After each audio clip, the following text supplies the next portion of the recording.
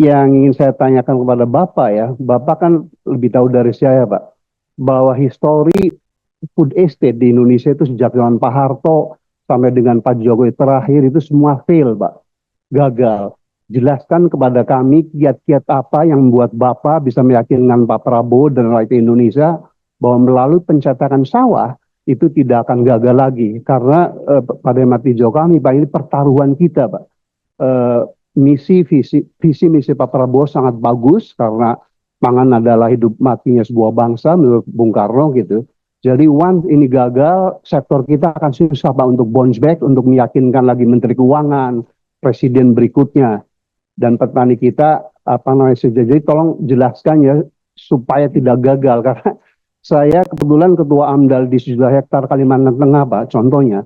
Menurut IPB waktu itu lahan yang sesuai itu hanya 100.000 hektar Pak, berdasarkan kedalaman gambut 1 meter.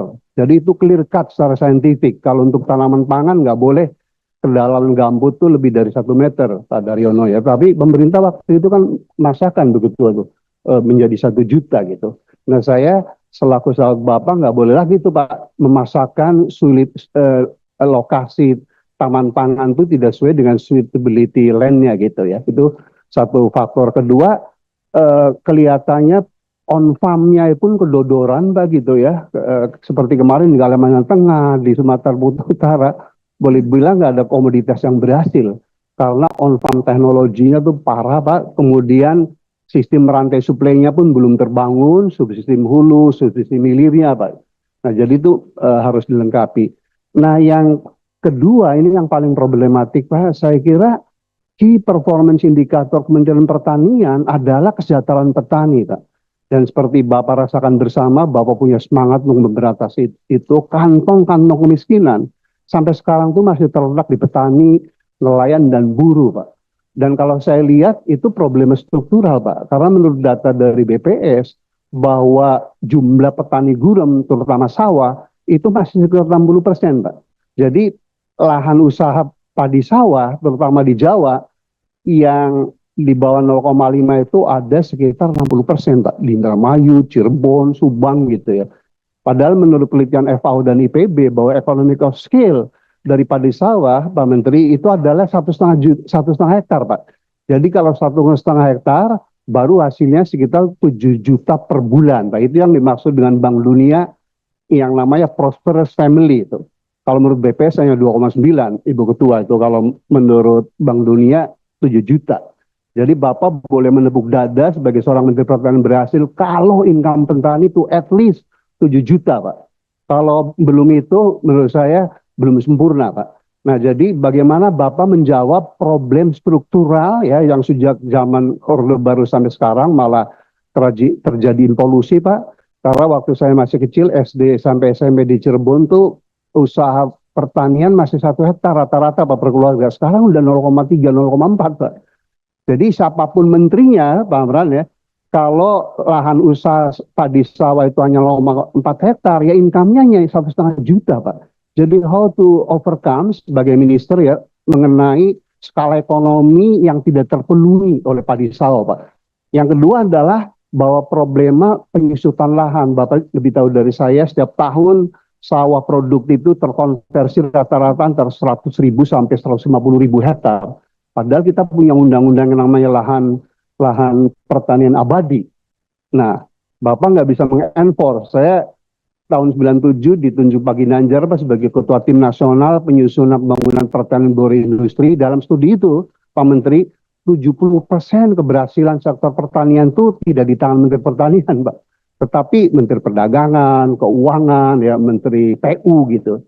Jadi Bapak kalau mau berhasil mengerem konversi lahan pertanian untuk yang lainnya, itu harus bekerja sama dengan yang lain. Dan Pak Prabowo saya aku yakin bisa Pak. Karena beliau waktu pidato pelantikan itu benar-benar punya semangat tinggi ya, swasembada pangan is emas Pak. Dan ini pertaruhan kalau 4 tahun lagi Pak Prabowo gagal mengikuti janji Pak Jokowi itu. Pernah swasembada pangan, nggak impor, tapi impor malah jor-joran ya. Ketiga, Pak Menteri memang kasus impor Pak. Studi saya mengatakan bahwa 80% faktor impor adalah mafia pangan itu. Karena ingin fee-nya itu kan minimal 1.000 atau 2.000 per kilogram gitu ya. Jadi Bapak sebagai orang soleh harus tegar Pak, bahwa hidup itu bukan hanya di dunia tapi akhirat ya. Kalau Bapak ikut-ikutan di mafia impor ya petani akan sengsara terus gitu Pak ya. Dan kemudian terakhir adalah bahwa akses petani terhadap kredit Pak. Ya kan, memang sejak 2010-an sudah ada yang namanya KUR Pak. Tetapi persyaratan 5C itu Pak Menteri itu masih diterapkan gitu. Jadi petani, nelayan itu masih terjerat tengkulak Pak. Jadi pertanyaan kedua adalah bagaimana Bapak selaku seorang jenderal di Kementerian Pertanian mengatasi problem-problem struktural tadi Pak. Mulai skala ekonomi, kemudian konversi lahan ke non pertanian ugal-ugalan, mafia impor dan seterusnya. Ibu Ketua, Pak Menteri dan hadirin, kalau saya boleh usulkan Mbak, enough is enough Pak Mas Jaili ya. Jadi untuk menyikapi impor itu, kalau saya boleh usulkan Ibu Ketua, itu ada 3 klaster komoditi Pak Menteri. Klaster pertama adalah kalau secara faktual, memang komoditas itu produksinya Pak Menteri udah lebih besar daripada kebutuhan nasionalnya. Nah kalau ada mafia Pak Wamendo, demo kemudian ditumpuk, jadi harga naik ya, itu nggak boleh impor. Tetapi memang syarat pertamanya adalah satunya data. Pak, saya ngikuti Bapak waktu itu bertemu dengan Pak Enggar ya, Bapak klaim produksi beras sudah cukup, Menteri Perdagangan bilang nggak cukup. Bapak yang kalah, impor gitu. Itu nggak boleh terjadi lagi Pak. Komisi 4 100% akan membackup Bapak. Kalau memang betul-betul produksi itu lebih besar daripada si demand-nya Pak. Enough is enough. Jadi contoh beras, kemudian jagung ya, harusnya kedelai pun dengan varietas yang ditemukan oleh Profesor Alizum, oleh Saudara Hazriel di PB Pak, harusnya kita mampu Pak untuk swasembada kedelai kalau kita bisa memberantas mafia itu. Kedua adalah klaster komoditas Pak Menteri, Pak Wamen ya, yang sekarang memang demand-nya atau kebutuhannya lebih besar daripada si produksinya. Tetapi Bapak punya data, Bapak punya teknologi, kalau dengan ekstensifikasi dan intensifikasi itu within 3 tahun misalnya, mampu tuh, produksi itu akan lebih besar daripada si kebutuhannya Pak.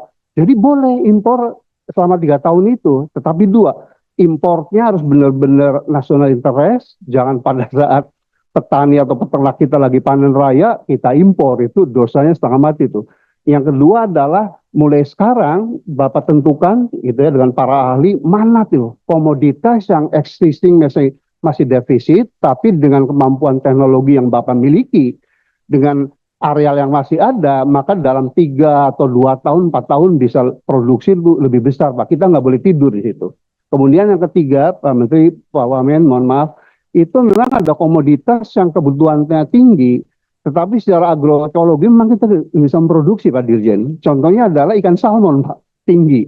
Kami waktu jadi menteri mencoba di Wamena, Adinda tuh, berhasil secara teknologi tapi harganya mahal. Kalau itu boleh diimpor Pak.